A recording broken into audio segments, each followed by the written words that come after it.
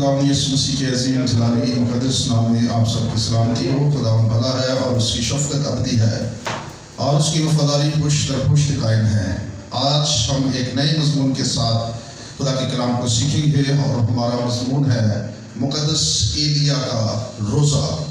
ہم مقدس ایلیا کے روزے پر آج خدا کے کلام کو سیکھیں گے اور میرا ایمان ہے کہ آپ سب بہت برکت پائیں گے۔ میرے ساتھ کھولیے پہلا سلاطین اور اس کا تیسرا باب 19واں باب اور اس کی آیت نمبر 3 سے ہم کلام کو پڑھیں گے۔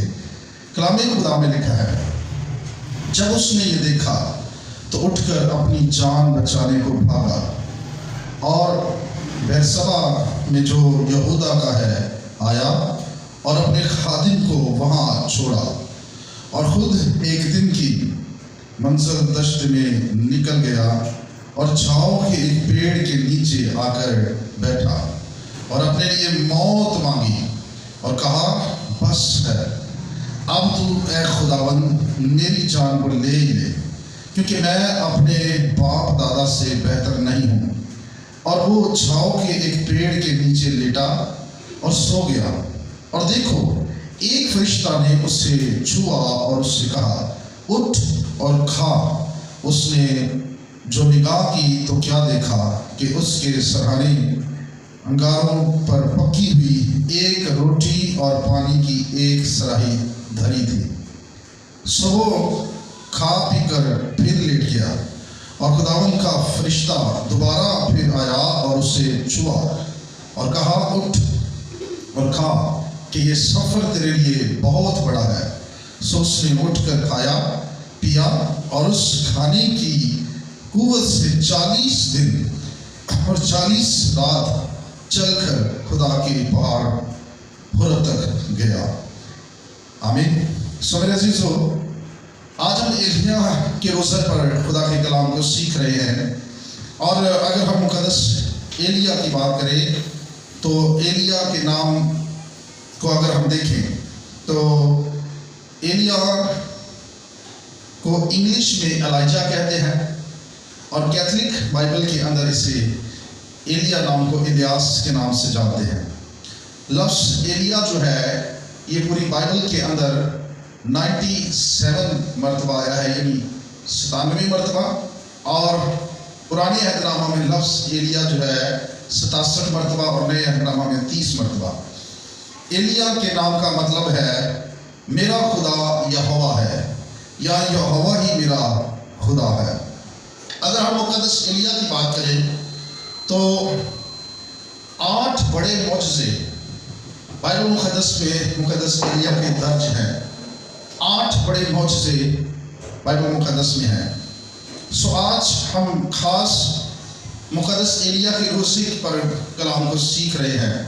سو ایلیا ایک عظیم نبی تھا جنہوں نے بال کی عبادت کے خلاف کھڑے ہو کر اعلان کیا تھا کہ صرف یہوہ ہی سچا خدا ہے۔ اس لیے ان کے نام کا مطلب ہی ان کی زندگی کے پیغام کو ظاہر کرتا ہے، صرف خداوند ہی میرا خدا ہے، یا یہوہ ہی میرا خدا ہے۔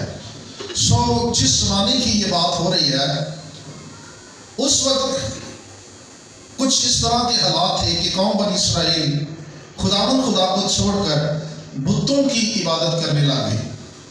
اخیا بادشاہ اور ملکہ ایزبل کے زمانے کی یہ بات ہے کہ قوم کو گمراہ کر دیا گیا اور بت پرستی کے لیے ان کو ابھارا گیا، اور لوگوں نے خداوند خدا کو چھوڑا اور بتوں کی عبادت کرنا شروع کر دی، بتوں کو پوجنا کرنا شروع کر دیا، بتوں کی آگے قربانیاں چڑھانا شروع کر دی۔ سو میرے عزیز بہنوں بھائیوں، اس اندھیرے میں ایک شخص ایمان کے ساتھ کھڑا ہوتا ہے، اور وہ شخص کوئی اور نہیں، مقدس ایلیا ہے۔ اور مقدس ایلیا ایمان کے ساتھ کھڑا ہوتا اور کہتا ہے کہ بتوں کی نہیں، خداوند کی عبادت کرو۔ خداوند یہوہ خدا ہے، خداوند سچا خدا ہے، خداوند ہی قادر مطلق خدا ہے۔ آج ہم سیکھیں گے کہ ایلیا کا روزہ ہمیں کیا سبق دیتا ہے۔ میرے عزیزو، ایلیا کے روزے سے ہم سیکھتے ہیں، نمبر 1، روزہ ایمان کو مضبوط کرتا ہے۔ آپ دیکھیں جس وقت بت پرستی عروج پر تھی، قوم بنی اسرائیل اس بدی میں، اس برائی میں خداوند خدا کو چھوڑ چکی تھی، تو ایلیا نے جا کر اخیا بادشاہ اور ملکہ ایزبل کے سامنے کہا، خداوند کا پیغام لے کر گیا، کہا کہ جب تک میں نہ کہوں نہ زمین پر اوس پڑے گی نہ زمین پر بارش ہوگی۔ چاروں طرف کال ہی کال ہو گیا، کال کا وقت تھا، مصیبت کا وقت تھا۔ اور اگر ہم یعقوب کی کتاب اس کا 5 باب 17 اور 18 آیت پڑھیں تو لکھا ہے، ایلیا کی دعا سے آسمان بند ہوا اور ایلیا ہی کی دعا سے 3.5 سال کے بعد آسمان کھلا۔ بائبل مقدس ہمیں یہ سکھاتی ہے، ایلیا نے دعا کی اور بارش ہوئی، اور ایلیا نے دعا کی تو آسمان بند ہو گیا۔ میرے عزیزو، اس نے ہمیں یہ سکھایا، ایلیا کے اس روزے سے ہم سیکھتے ہیں، روزہ اور دعا آسمان کو ہلا سکتی ہے۔ خدا ہمارے حالات بدل سکتا ہے روزے اور دعا کے سبب سے۔ ایمان کے ساتھ مانگی گئی دعا اثر رکھتی ہے۔ یاد رکھیے، اگر آپ میں سے کوئی کسی پریشانی میں ہے، کال میں ہے، کمزوری میں ہے، گھریلو مسائل میں ہے، بیماریوں میں ہے یا پریشانیوں میں ہے، تو روزہ اور دعا خدا کی قدرت کو ظاہر کر سکتے ہیں۔ ایلیا کے اس معجزے سے ہمیں یہ ملتا ہے کہ ایلیا کے روزے نے اور دعا نے آسمان کو بند کر دیا اور آسمان کو کھول بھی دیا۔ ہاللیلویا۔ بائبل مقدس میں اگلی بات، خدا مشکل وقت میں بھی ہمیں سنبھالتا ہے۔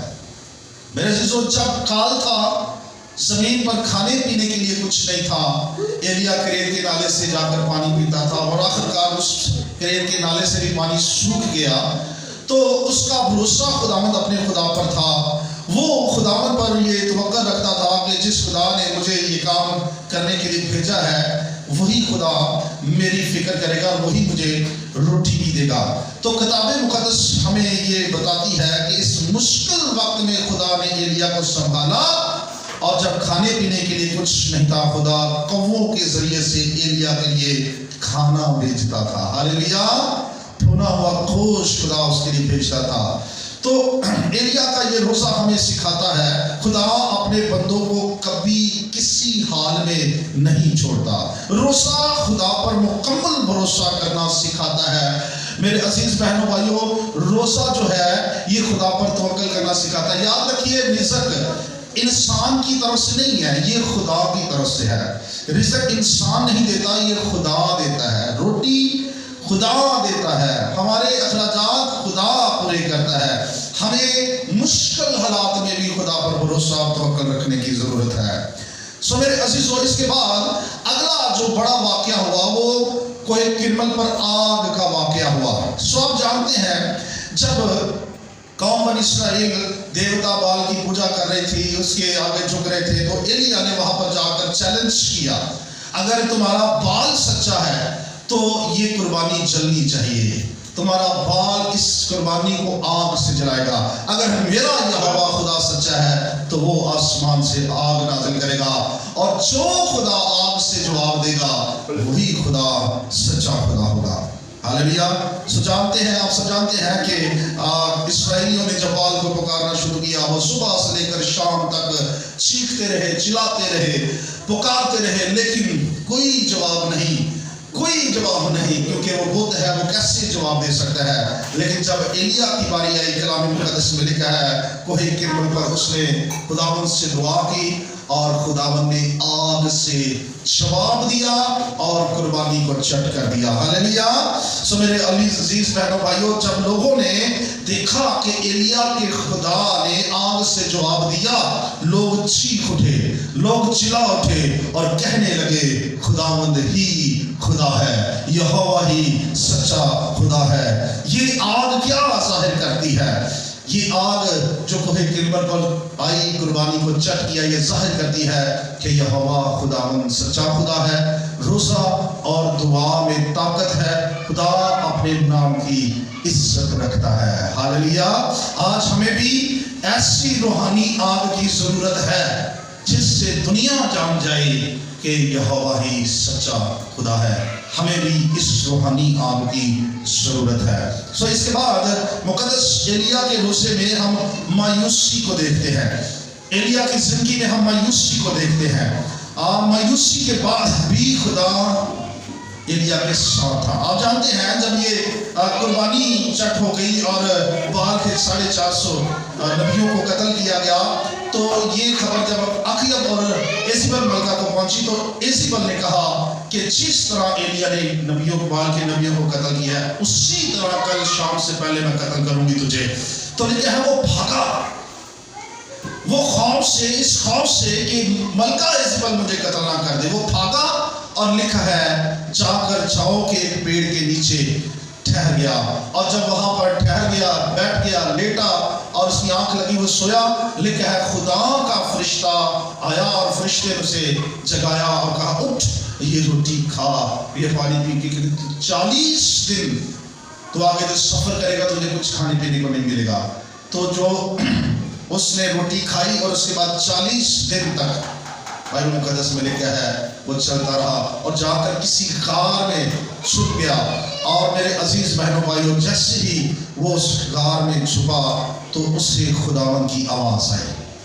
اتنی بڑی فتح کے بعد بھی ایلیا مایوس ہو گیا اور جنگل میں چلا گیا، لیکن خدا نے اسے نہیں چھوڑا، کسی حال میں نہیں چھوڑا. خدا نے ہلکی سی سرگوشی میں اس سے بات کی. پہلا صلاح اس کی 19ویں باب کے اندر ہمیں ملتا ہے. خداوند آندھی آئی، لکھا ہے خداوند آندھی میں بھی نہیں تھا. زلزلہ آیا، لکھا ہے خداوند زلزلے میں بھی نہیں تھا.